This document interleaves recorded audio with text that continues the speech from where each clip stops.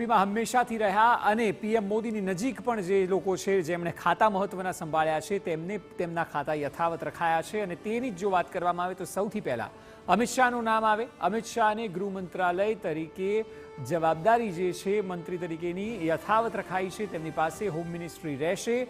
એ સિવાય બીજું મહત્વનું ખાતું એટલે કે ડિફેન્સ, ત્યાં રાજનાથસિંહ રક્ષા મંત્રાલયની જવાબદારી તેમની પાસે યથાવત રાખવામાં આવી છે। ત્યારબાદ ત્રીજું જે મહત્વનું ખાતું છે જેમ કે વિદેશ પ્રધાન, જેમ કે નાણાં પ્રધાન, તેમની વાત કરવામાં આવે તો એસ જયશંકર જે છે તે વિદેશ મંત્રાલયની જવાબદારી તેમની પાસે યથાવત રહેશે।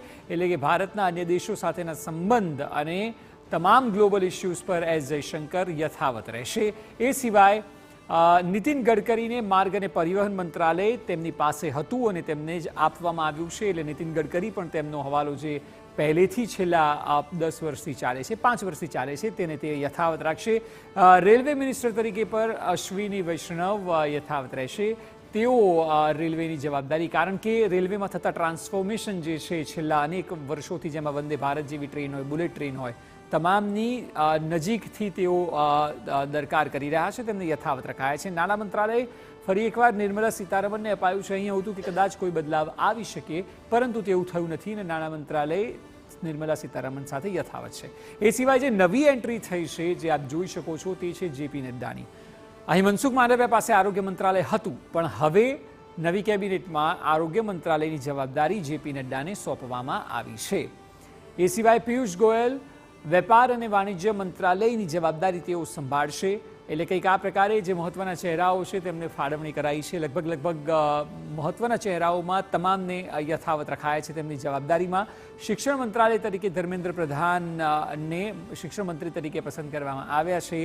એટલે આ તમામ મહત્વના ચહેરાઓ બીજેપીના, એનડીએના પણ છે, પરંતુ ભારતીય જનતા પાર્ટીની જે મહત્વના નેતાઓ, મહત્વના ચહેરાઓ છે તેમને કંઈક આ પ્રકારે ફાળવણી કરાઈ છે। જે નવી એન્ટ્રી થઈ છે તે શિવરાજસિંહ ચૌહાણની પણ થઈ છે, જેઓને ગ્રામીણ અને કૃષિ વિભાગ સોંપવામાં આવ્યું છે। મનસુખ માંડવિયા કે જેઓ આરોગ્ય પ્રધાન હતા, તેમને સ્પોર્ટ્સ અને શ્રમ અને રોજગાર મંત્રાલય સોંપવામાં આવ્યું છે। એટલે ગુજરાતનો મહત્વનો ચહેરો, તેમને સ્પોર્ટ્સ ખાતું અને શ્રમ રોજગાર મંત્રાલય અપાયું છે। એ સિવાય કિરણ રિજિજુ સંસદીય કાર્ય મંત્રાલય, એક સમયના લો મિનિસ્ટર, પરંતુ હવે સંસદીય કાર્ય મંત્રાલય તેમને સોંપવામાં આવ્યું છે। એટલે કિરણ રિજિજુની જવાબદારી પણ કંઈક આ પ્રકારે રહેશે। મેં આપને સતત બતાવી રહ્યા છે, અમે સંભવિત નામ પણ કહ્યા હતા અને એ જ મુજબના તમામ ખાતા પણ સોંપવામાં આવ્યા છે। એક્શનમાં એક રીતે મોદી સરકાર આવી ગઈ છે। પ્રથમ દિવસે દેશના 9 કરોડ ખેડૂતોને 20,000 કરોડ રૂપિયાની ભેટ મળી ગઈ છે, તેની વિશે પણ વાત કરીશું। પરંતુ હાલ જે સમાચાર છે તે મુજબ આપ જુઓ, એનડીએ છે, પરંતુ બીજેપીને સ્વાભાવિક છે, ભારતીય જનતા પાર્ટીએ સ્પષ્ટ કરી દીધું હતું કે તેઓ કોમ્પ્રોમાઇઝ કોઈ જગ્યાએ નહીં કરે। એ જ પ્રકારની સ્થિતિ છે। આપ જુઓ કે પહેલાં જે લોકોના ખાતા બદલાયા છે તેનો અમે આપને ચિતાર આપી રહ્યા છે। અનુરાગ ઠાકુર માહિતી પ્રસારણ હતા, હવે અશ્વિની વૈષ્ણવને જવાબદારી સોંપાઈ છે। આરોગ્ય મંત્રી મનસુખ માંડવિયા હતા અને હવે જેપી નડ્ડા આરોગ્ય મંત્રી છે।